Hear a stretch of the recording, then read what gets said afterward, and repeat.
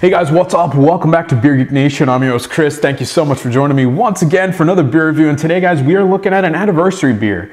Kind of. It's brewed and bottled by Stone for Bottleworks, which is a craft beer bar slash bottle shop up in Seattle. Each year, Bottleworks selects a different brewery to brew their anniversary beer with, and this year they selected Stone for lucky number 13. It's an American strong ale coming in at 11% alcohol by volume, and the big one with this one, it's got 13 grains and 13 different hop varieties in this. So hopefully it doesn't turn into a muddled mess. I know some beers that do that, you know, they get a little bit lost in translation, so to speak. So with that said, let me get into a glass, let you guys know how it smells, tastes, and give you the final verdict on the Bottleworks 13th anniversary. All right, guys, so the appearance on the Bottleworks 13th anniversary, well, it pours this murky kind of brown, verging on a black. You can't really see anything through it. There's a beautiful, I don't know, 4 to 5 fingers of an off-white kind of mocha-colored head. This is a bottle-conditioned beer, so that's where that head's coming from. Lots of carbonation coming off the sides of the glass, merging with the beer. The head is really sticking around, tight white bubbles, lots of lacing. A little bit of alcohol legs in there, but 11%, I would expect that. I mean, it looks like a mix between like a brown ale, a porter, and a stout. Just a really interesting looking beer. All right, the aroma on the 13th anniversary. Wow, that's interesting. A touch of smoke, a touch of chocolate, a little bit of like a burnt caramel, a little bit of pininess, a little bit of a tropical kind of flavor, a little bit of grapefruit juice, a little bit of spiciness and astringency in there. A little bit all over the place, not gonna lie to you, but it's an interesting smelling beer. All right, guys, the taste on the Bottleworks 13th anniversary. Cheers. Right at the front of the tongue, there's a nice bitterness followed almost immediately by a chocolate or a coffee. I'm getting a lot of stout and porter characters in this one.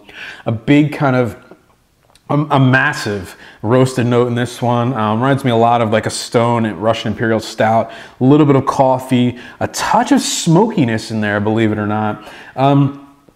Middle of the mouth, really coating the mouth with this big kind of viscous bready taste, burnt caramel, sugary sweetness, a little bit of hoppiness, a grapefruit, piney, a bit of like a lemony kind of zest character in there.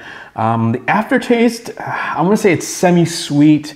I'm getting more kind of a woody, kind of almost a barrel kind of taste in the aftertaste. A little bit of more of that caramel, smoky, kind of chocolate quality, slight pininess in there. It reminds me a lot of like a black IPA, but not as hoppy as like the Stone 15th, and not quite as, you know, stouty as like the Stone Imperial Russian Stout. It kind of falls in the middle of a lot of categories, a little bit all over the place. It's an interesting beer, but a little bit disjointed. All right, guys, so the final verdict on the Stone Bottleworks 13th anniversary, 11% alcohol by volume. This is available on the West Coast only. I'm gonna give this one a solid B. It's not quite where I thought it would be. You know, with the 13 grains and 13 hops, it could have turned out to be a muddled mess, but it's really not. You're getting a lot of stout characters in this one, a lot of brown ale characters with caramel and coffee.